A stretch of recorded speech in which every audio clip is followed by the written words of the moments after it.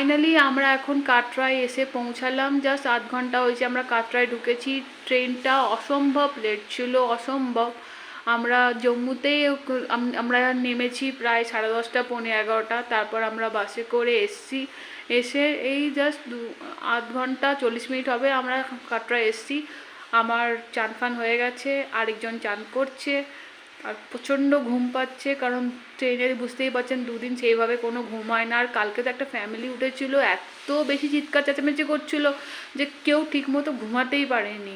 মানে ওরা হচ্ছে মানে আরও লোক যে ঘুমাবে সেটা ওরা মানে ভুলেই যায়, এমন চিৎকার চেঁচামেচি শুরু করেছিল।